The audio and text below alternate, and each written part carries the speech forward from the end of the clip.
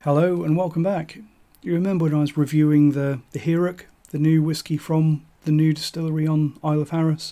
I mentioned that I was going to draw a line under these new distillery reviews, but there might be one more if I could get hold of some. This is it. This is what I was thinking about. This is Lagg Kilmory edition.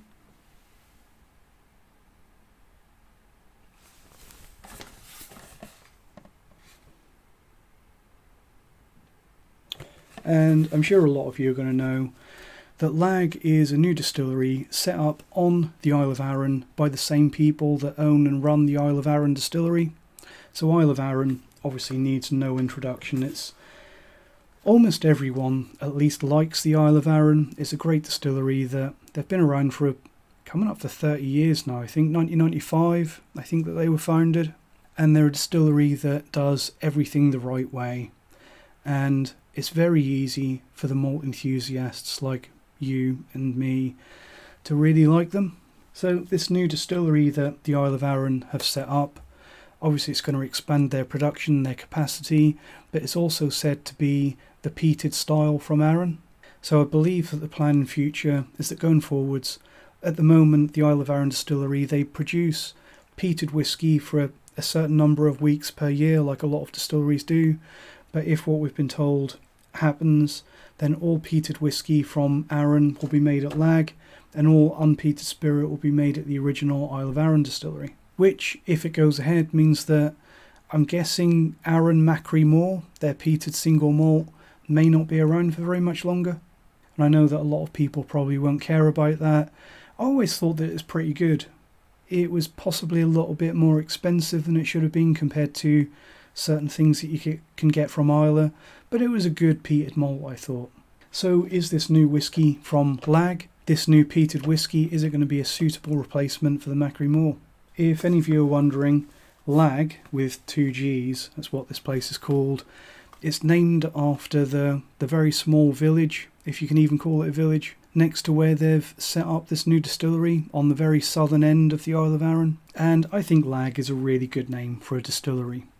The only thing that does seem a little bit odd is that it's possibly going to benefit from a little bit of an association with the Lagavulin distillery. And I'm sure that they haven't done this on purpose, but I've shown this whiskey and given this whiskey to a few people to taste. And a couple of them, the first thing that have said is, "Oh, Lagg, is that a Lagavulin?" So possibly a little bit of a risky move there from the Isle of Arran. Wouldn't be the first time that the SWA have got angry about distilleries having moderately similar names. Obviously there was the issues between Knockdhu and Knockando, and the SWA got very angry about Ralphie's Glen Breton. Personally, I don't care. I think that this stuff is marketed towards malt enthusiasts who are going to be smart enough to either know or look for the answers and find out what this stuff is. But what do you think? Do you think it's a little bit too close? As for the specs on this one, let's get it out of the box. Nice traditional card box. I like these boxes because I don't always finish my whiskies promptly. I quite often have half bottles or even sealed bottles hanging around for quite a few years. This is what the actual bottle looks like.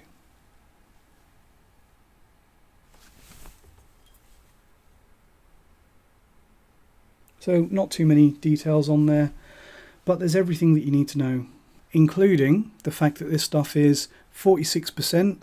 There's a declaration that it's natural colour and a declaration that it's non-chill filtered. Halle effin' Luya. We actually have all the guarantees on the label. No guessing, no Googling, no emailing. They've just told us. We also know that this is 100% ex-bourbon matured, so it's very much my happy place. It's double distilled, it's made with water from Lagg's own on-site borehole, and the malt on this one is peated to 50 ppm. So that's actually, interestingly, peatier than most Islay whiskey, although obviously that ppm is just the malt content, and it doesn't necessarily tell us anything about what gets into the bottle. Lagg Distillery was founded in 2019, so chances are that this is 3, maybe 4 years old, and more interesting than that, There's suggestions that the Lagg Distillery on Arran is actually planned to experiment with different styles of peat from various places in Scotland and also possibly around the world. They've also suggested that they're going to be experimenting with different yeast strains, which is definitely something that I'm in support of. Different yeast and different barley and different fermentation times is all really, really good. Slightly disappointingly, I don't think that they say anywhere on this one what yeast or barley they've used. But still, natural colour, non-chill filtration and 46%, I'm not going to complain too much. The price that I paid for this one, I paid £54, which some people are going to say is a little bit expensive for a 3-year-old whisky, but then it is a new distillery.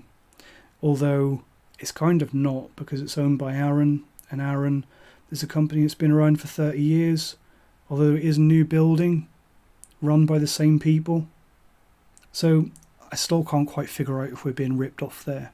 But if it's good whisky, £54 is not the most that we've been asked to pay for no age statement whisky recently, is it? Interestingly, I am proud to say that like Ardnamurchan and Ardnahoe and probably a couple of others, Lagg is a distillery that I've been to, but I was there before they were actually producing whisky.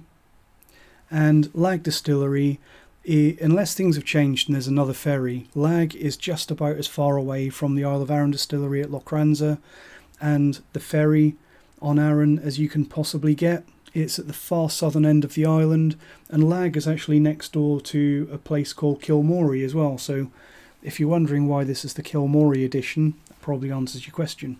So I do remember passing through Lagg when I was on the Isle of Arran. It's after Blackwaterfoot if you're going around the island counterclockwise like we were, and I kind of say I half remember going through Lagg because there wasn't a lot there when I was there. It's an absolutely beautiful, lovely part of the British Isles, but very undeveloped, apart from, obviously, there's a great big distillery there now. A little word of advice, if you are going to the Isle of Arran, and if you're going to the south of the island, trying to go around the coast road, leave plenty of time. It takes a hell of a lot longer than you might think, and we actually only just caught the last ferry of the day. Do not recommend. Curious bottle and stopper. Let's put that back there somewhere. The bottle is, you can probably tell now that the level's gone down, it has a slight green tint to it, which makes it look a little bit darker than it actually is. The actual colour of the whisky in my plain glass, you can see that it's a beautiful, natural, bourbon matured, pale straw colour. Probably kind of the colour of a Chardonnay, perhaps. And I really love when you see a whisky that's that colour, because you know that it's going to be bourbon matured or possibly refill. And you know that there's no artificial colouring polluting the whisky, and you know that you're not going to have heavy cask influence covering up the spirit. And with this one, we can expect quite a bit of peat. So, Lagg Kilmory edition on the nose. Peaty. Definitely peaty. And it's a bold, brash, real young peat monster of a peat. Really nice, pleasant peaty experience. So lots of acrid, oily smoke on the nose of this one. Burning plastic. Very lemony as well, strong lemony note coming through from the malt, and it's doing really well to compete with that heavy peatiness. Also getting aromas of rock pools, dimethyl sulfide, seashore smells. Quite burnt, acrid, ashy, burnt peaty grist. And quite medicinal as well. Quite a strong medicinal, slightly TCP-ish hospital floor cleaner aroma. Let's see how it tastes.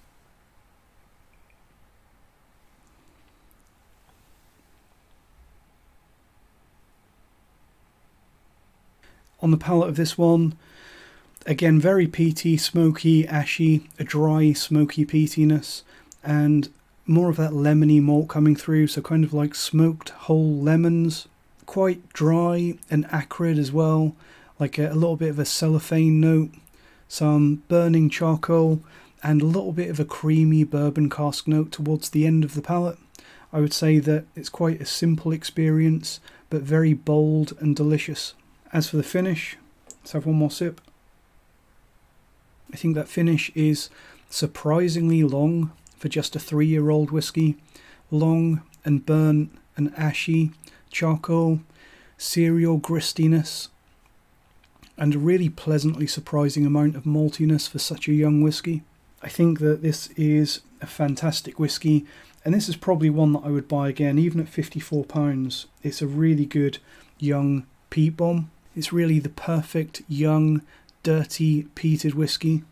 I think that if you like this style of whiskey, then you'll probably really love this one. In particular, I don't think that there's any immaturity to this one. I'm not getting any notes of youth, apart from the fact that you can tell that it is young by how vibrant and raw the peatiness is.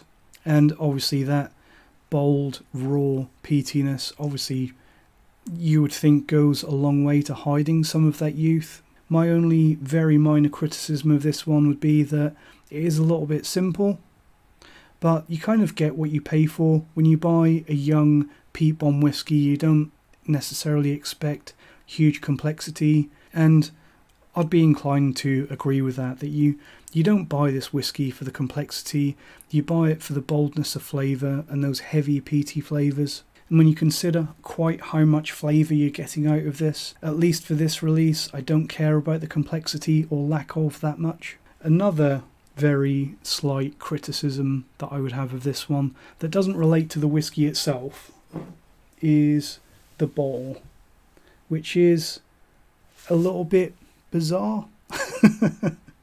It's obviously very modern, very edgy. It doesn't really look like the bottle of a Scotch whisky in my opinion, which is possibly what they were going for. It seems a little bit like they've designed this for a bar perhaps, and that's absolutely fine. Some people are going to like this style. Me personally, I'm not a huge fan, but I also don't really care. The only thing that bothers me about this is the stopper. It's got this sort of radius top on the stopper, and that's fine until you realise that you can't really put it down. You can't put it down like that because it instantly just falls over, and if you put it on its side, it has a habit of getting knocked and rolling around, and it quite often ends up on the floor. So yeah, this rounded stopper has been annoying the hell out of me, but the whiskey is fantastic. In particular, I was really surprised at just quite how bold and also medicinal the peat was in this one, because this is it's peated to 50 ppm in the malt with peat cut from northeast mainland Scotland, and I didn't expect this to be as medicinal as it is, but it really is. It really is quite Islay in style, quite like a young Lagavulin, like a Lagavulin 12 or a Lagavulin 8. It has that oily, dirty smokiness that you get in a lot of young Lagavulin and Stoischer, and the lemony note combined with that dirty, oily, ashy peat reminds me of young Kalila as well. Quite acrid, ashy note. Also reminds me a little bit of Ardbeg 10. And I think that burnt peat and cereal grist note on the finish reminds me a little bit of the younger releases from Kilchoman, back when Kilchoman were releasing, like they did a 5-year-old cask strength bourbon matured Kilchoman quite a few years ago, and the finish on this reminds me a little bit of that, because Kilchoman is another distillery that has that wonderful combination of slightly acrid smoky peat and really bold hearty bourbon matured gristiness. So really a mix of a lot of good things. This whiskey from Lagg is kind of a Lagavulin nose with a Kilchoman finish, and who wouldn't love that? Of course, it's nothing new to see great peated whiskey coming from outside Islay these days, or even outside Scotland. But this one really is quite Islay in style in my opinion, and I think that it does a really good job of giving a lot of those established Islay distilleries a really good run for their money. And I think it's going to be really interesting to see what kind of flavours that we get from Lagg in kind of 10 to 20 years, especially when they start producing like an 18-year-old version of this. I think that it's got really good flavours already, and I think after another 15 years in the cask, it could be really, really spectacular. That is, of course, if they even decide to go down that route, because the whisky world is definitely changing. High age statements are getting harder to find and more expensive. A lot of distilleries are turning away from that side of the business. So, of course, it's possible that they might not even ever release an 18-year-old. But if they ever do, I'll be in line to buy it. So yeah, a really great young peat bomb that really highlights the joys of young peated whisky. And another little added value that you get from this one is that I think the fact that they have gone full peat on this one, that 50 ppm in the malt has really transferred through to the finished spirit, and I think that makes it really, really good for home blending. If you're looking for something, I mean, I quite often use like an Ardbeg 10 or something for that purpose, but if you want to add a peated component to a home blended whisky, this stuff works really well. In particular, I've had really good results mixing about 1 part of this to about 3 parts of this Cotswolds sherry cask. Works really well. It's kind of like homemade Ugadal, and the good thing about having so much peat in this is not just that you can add a lot of peat into a home blend, but also a little bit goes a long way. So thanks for watching this. This is probably, not for sure, but probably my last new distillery, new release review that I'm going to be doing for quite a while. Hopefully in 2024 I can cover some more core range releases, some more traditional things, perhaps some older whiskey, because it feels like it would be a nice change at this point to have some 10, 15, 20-year-old malts. That's not to say that it hasn't been a great journey though, because there are so many great things coming out of these new distilleries that are popping up. Thanks for watching, I'll see you next time. Cheers.